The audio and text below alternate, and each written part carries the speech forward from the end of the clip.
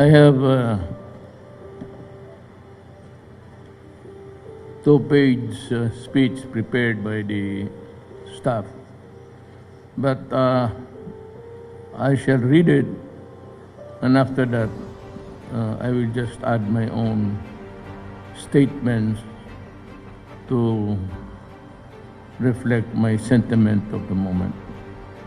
To our troops, I stand in solidarity with you as we honor the memory of your comrades, my soldiers, who gave their lives in the name of peace here in Sulu.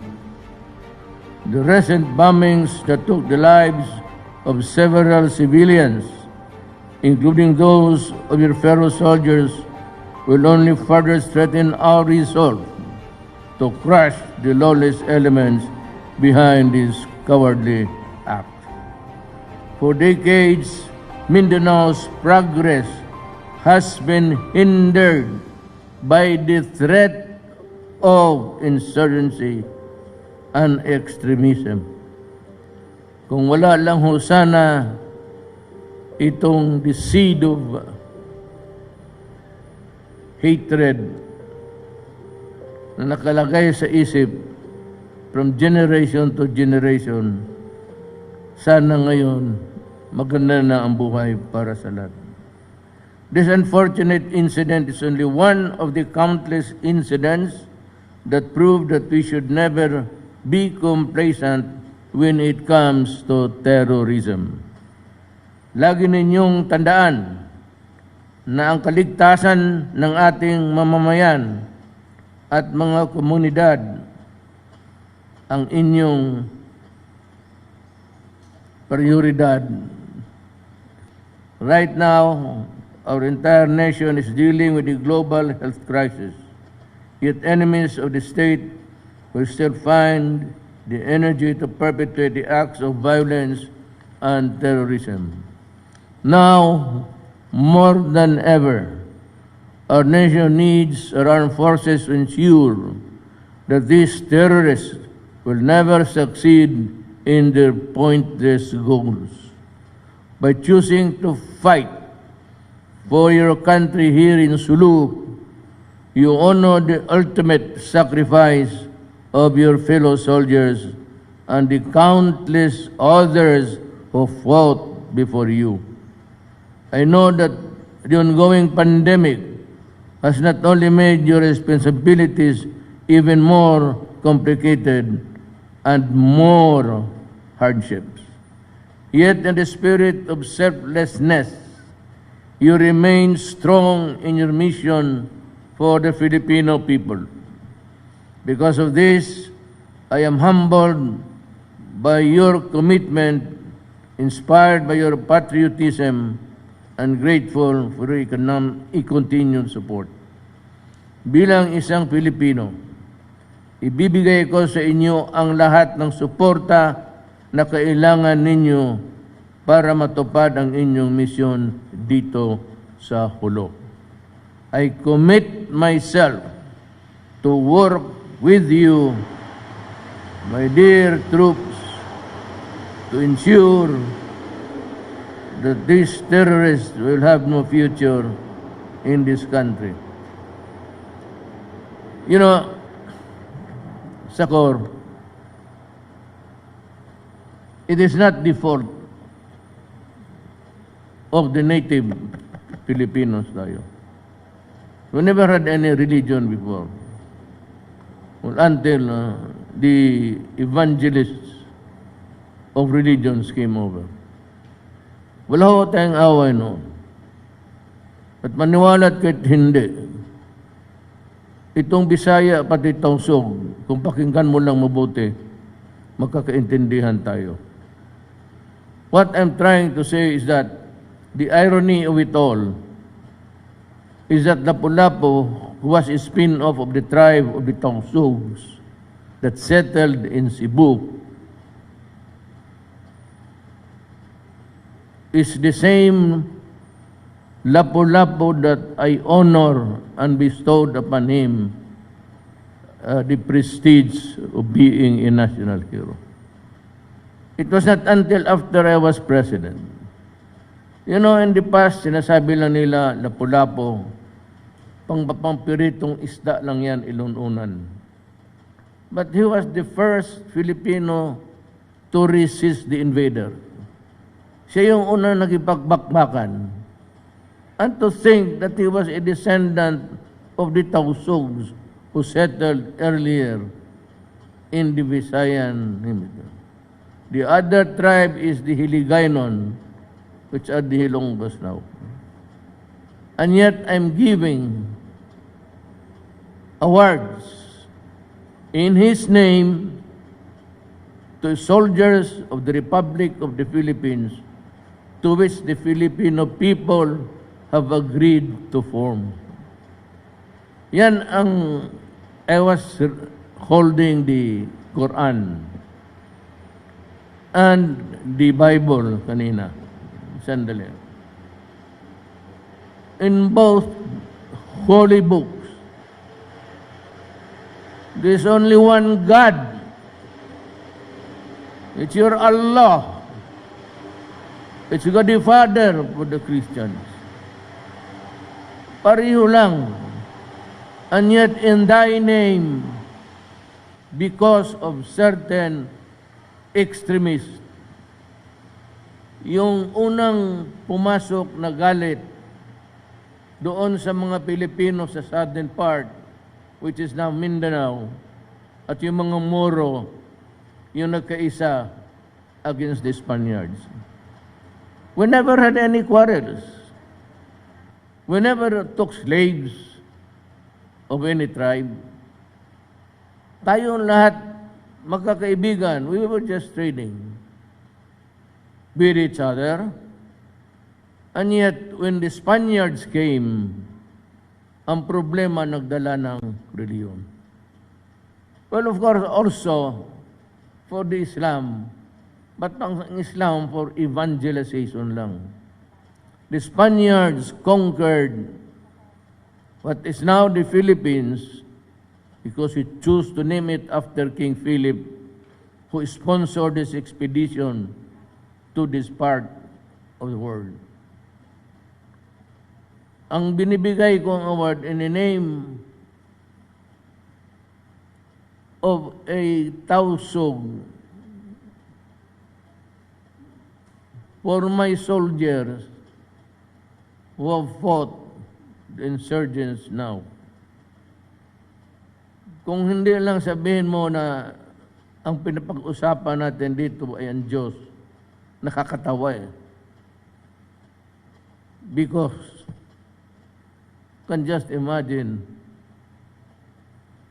ang medalyang binibigay ko, Lapu-Lapu, and he was the first defender of aggression by the Spaniards into this country. Time and again, panahon pa ni Quirino, Camlon, and I could remember still my father, who was a member of the cabinet of Mr. Marcos. I heard him tell stories about why he cannot, because he can understand, magtagal dito sa amin. He could not speak it fluently, but he could understand Visayan. And it was my father who told me, you just listen carefully. The Tausug dialect is similar to the Visayan language. So yan ang I cannot divine, I cannot fathom, hindi ko maabot kung paano ito discarded. Time and again, peace process, nag-usap tayo, then here comes Al-Qaeda. Walang ginawa na kung pumatay ka ng tao, ki-inosente man o hindi, ki-moro man o Kristiyanos, pagpaputokin ka, putok kayong lahat. That's why when I visited the blast, and thank you for sharing with me the gesture, lumuhod ako, hinalikan ko yung at least simento to where my soldiers and the countless and at saka yung mga tausog na walang their lives snapped out for no reason at all. May 2 taon pa ako, ayaw ko kung ano ang magawa ko talaga. But you know, when you go into a fighting, may galit na yan. Mahirap ito arigluhin kasi lahat may sugat na sa puso. And it would take more than a generation to do this. I hope that any one of my children would become a politician, maski barangay captain lang, that he'd be able also to do something about this problem of the Moro and the Christians. Kakawala-walang kasalanan. Kaya ako lumuhod, hinalikan ko yung lupa. Kasi hindi lang man tawag yung Allah, I commit my sign of the cross before dying. Well, of course, it's so that in that Bible, it says Allah is all knowing and everything. And He controls the lives of people and the workings of the universe. In the same manner, ganun rin ang Biblia ng Kristiyanos. Says that for everything under the sun, there is a season. There is a season to plant and a time to harvest. There is a time to build and a time to destroy. There is a time for sadness, but there is a time for joy. There is a time that we do not talk to each other, but there will always be a time na mag-usap. Sa ayaw mo at sa hindi, dadating yan, because it is Allah's will. If Allah says that it's about time that we stop the carnage of killing each other, then He will find the reason for the Moro and the Christians and the others tribes professing the Christian faith. We will have the time. As there is a time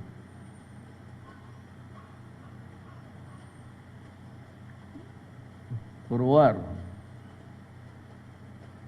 and there is a time for peace. Kailan yan? Well, I don't know. There is a time to live, and there is a time to die. Ikaw yung address you because ikaw yung nire-respeto ko. You have a colorful life. Kung sa patay, dapat patay ka na sa dinaanan mo sa buhay. And yet you are still here around. Why don't you try to help me within the next few months last year? Just to talk about peace. It need not really be an arrangement. And just talk about peace. Mahirap kasi because ang bomba, hindi kasi namimili. Yan ang problema. At kung ang pinatay mo inosente, there will always be a time that you will have to answer for the killing of an innocent human being. Baski anong klaseng reliyon. Allah says about revenge, Allah says about the giving, the taking of life. And Allah says that there is also a time to answer for all of these things. So I will end my speech with an appeal that if we cannot really agree, then we fight. And we fight hard hanggang magkaubusan na. Maybe by that time, kung ubos na ang lahat, wala ng gera. Sa pagka ngayon, hindi ko mapigil ang mga sundalo ko kasi may mission sila. And the mission is to crush the insurgents. And the insurgents, ang mission nila is for the greater glory of Allah. Wala man tayong problema. We honor Allah. We pray to Allah. Ako pabigat because of my mixed ascendancy. Same. I've always been answered with a lot of blessings from Allah. So ang hiningi ko lang sa inyo na even as you fight, think about peace. Because if I will say to you that this is 2020, 2021, aalis na ako. Ang ibig mong sabihin 2023, 2024, 2025, hanggang 2050, ganun pa rin. Hindi na lang sa reliyon na magpagpakamatay ka. It's about your generation. How about the flowering of the Moro? Nakagaya ng ibang lugar, Dubai. When will the Moro Filipino ever taste of this law? But only when the leader also, be he a Muslim or a Christian, shall govern according to the will of Allah, of God. Yan. In the meantime, we fight. And sa pagkangan sabi ko, I cannot offer anything. Because I have also my mandate. I do not only order, I impose duties. Gawin ninyo ito. But if in the God's time, maybe, kailan yun, we will have a time to talk and to ponder about peace at yung mga anak ninyo.